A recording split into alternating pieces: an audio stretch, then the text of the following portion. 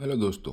आज हम बात करने जा रहे हैं गुजरात के एक ऐसे डॉन की जिसे गुजरात का दाऊद भी कहा जाता था। अब्दुल लतीफ एक ऐसा नाम जो कभी गली गली में डर और दहशत की पहचान था, लेकिन क्या आप जानते हैं कि उसका सफर एक गरीब बच्चे से शुरू होकर देश के सबसे चर्चित अपराधियों में कैसे तब्दील हुआ। आइए डिटेल में जानते हैं। अब्दुल लतीफ का जन्म 1951 में गुजरात के अहमदाबाद शहर के कालोपुर इलाके में एक गरीब मुस्लिम परिवार में हुआ था। परिवार बड़ा था। इनके पिता तंबाकू का व्यवसाय किया करते थे और हालात इतने खराब कि बच्चों को भी 2 वक्त की रोटी के लिए काम करना पड़ता था। जहाँ रहते थे वहाँ अवैध रूप से जुआ खेलने, शराब खरीदने बेचने के काम होते थे। इस कारण लतीफ का बचपन से ही पढ़ाई से ज्यादा जुड़ाव नहीं रहा, क्योंकि छोटी उम्र से ही आजू बाजू का वातावरण इतना तंग मिल गया था कि वो बचपन से ही धीरे धीरे अपराध की उस दुनिया में जा पहुंचा जहाँ से कभी कोई सलामत नहीं लौटता। 1980 के दशक में लतीफ ने अहमदाबाद के कालोपुर ओवरब्रिज के नीचे देसी शराब बेचना शुरू किया। मगर आपको बता दूं कि गुजरात में शराब पे बंदी लगी हुई है और लतीफ ने इसी का फायदा उठाया। देखते ही देखते वो देसी शराब से विदेशी शराब और फिर हथियारों की भी तस्करी तक पहुंच गया। उसने शहर के कई छोटे मोटे बदमाशों को अपनी गैंग में शामिल कर लिया और हथियारों की तस्करी करने वाले शरीफ खान से हाथ मिला लिया। लतीफ अब सिर्फ शराब का सौदागर नहीं रहा था, वो एक संगठित क्रिमिनल नेटवर्क चला रहा था।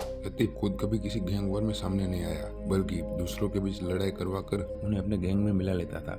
उसकी पकड़ इतनी मजबूत हो गई थी कि गुजरात में कोई भी अवैध शराब का धंधा उसकी मर्जी के बिना नहीं कर सकता था। मुस्लिम इलाकों में लतीफ को मसीहा भी माना जाने लगा, क्योंकि वो बेरोजगार युवकों को अपने गैंग में शामिल करके उन्हें पैसा देता था। इस वजह से उसे स्थानीय राजनीतिक पार्टियों का भी समर्थन मिलने लगा। 1985 में जब लतीफ जेल में बंद था, तब उसने अहमदाबाद नगर निगम चुनाव की 5 सीटों से नामांकन भरा और हैरानी की बात यह थी कि वो 5 सीटों से जीत गया। ये खुद में एक रिकॉर्ड था जिसने राजनीति और प्रशासन दोनों को चौंका दिया। बताया जाता है कि इसी दौर में अंडरवर्ल्ड डॉन दाऊद इब्राहिम भी गुजरात के वडोदरा में ड्रग्स का नेटवर्क फैलाने लगा था। एक वक्त ऐसा भी आया जब लतीफ और दाऊद के बीच टकराव हुआ। लतीफ के लोगों ने दाऊद को घेरने की कोशिश की, लेकिन दाऊद किसी भी तरह जान बचाने में कामयाब रहा और इस वजह से दाऊद को भी ये मालूम हो गया कि अगर गुजरात में नेटवर्क बढ़ाना हो तो लतीफ को साथ लेकर चलना पड़ेगा। फिर दाऊद ने लतीफ को दोस्ती का पैगाम भिजवाया। लतीफ दाऊद को मिलने दुबई गया। दोनों के बीच समझौता हो गया और यही वजह थी कि 1993 मुंबई सीरियल ब्लास्ट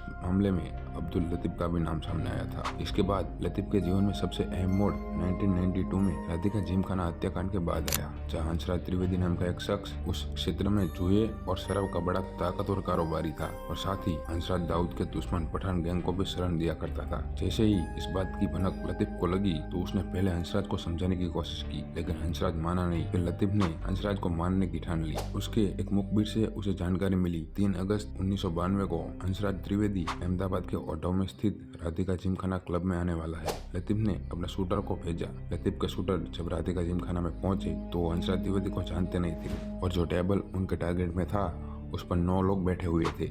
शूटर ने लतीफ को लैंडलाइन से कॉल करके पूछा कि मैं हंसराज को पहचानता नहीं हूँ और टेबल पर 9 लोग बैठे हुए हैं। तब दूसरी ओर से लतीफ का जवाब आया कि टेबल पर जितने भी लोग बैठे हैं सबको मार दो। जिसके बाद शूटर AK-47 लेके अंदर घुसे और धड़ाधड़ गोलियां बरसाने लगे। उसके शूटरों ने सिर्फ एक हंसराज त्रिवेदी को मारने के चक्कर में 9 निर्दोष लोगों को मौत के घाट उतार दिया था, जिसमें हंसराज भी शामिल था। जिसके बाद शूटर पकड़े गए और उसने लतीफ का नाम दिया। इस घटना ने लतीफ को राष्ट्रीय स्तर पर कुख्यात बना दिया। राजनीतिक दबाव बढ़ा, पुलिस एक्शन में आई और लतीफ के गैंग पर शिकंजा कसने लगा। उसके कई साथी या तो मारे गए या गिरफ्तार हुए और लतीफ कुछ समय के लिए दुबई भाग गया। मैं आपको बता दूं कि अब्दुल लतीफ पर गुजरात में 40 से ज्यादा हत्या और इतने ही अपहरण के मामले दर्ज थे। आखिरकार 1995 में उसे दिल्ली से गिरफ्तार कर लिया गया और अहमदाबाद की साबरमती जेल में रखा गया।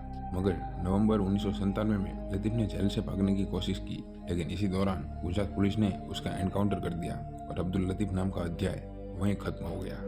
तो दोस्तों, ये थी अब्दुल लतीफ की कहानी।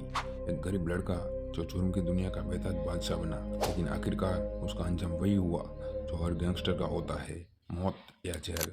अगर आपको हमारी वीडियो पसंद आई हो तो लाइक करना, कमेंट करना, अपने दोस्तों के साथ शेयर करना और साथ ही हमारे चैनल को सब्सक्राइब करना बिल्कुल भी मत भूलना। हम मिलते हैं आपको ऐसी और एक मजेदार वीडियो में। तब तक के लिए बाय, टेक केयर और धन्यवाद।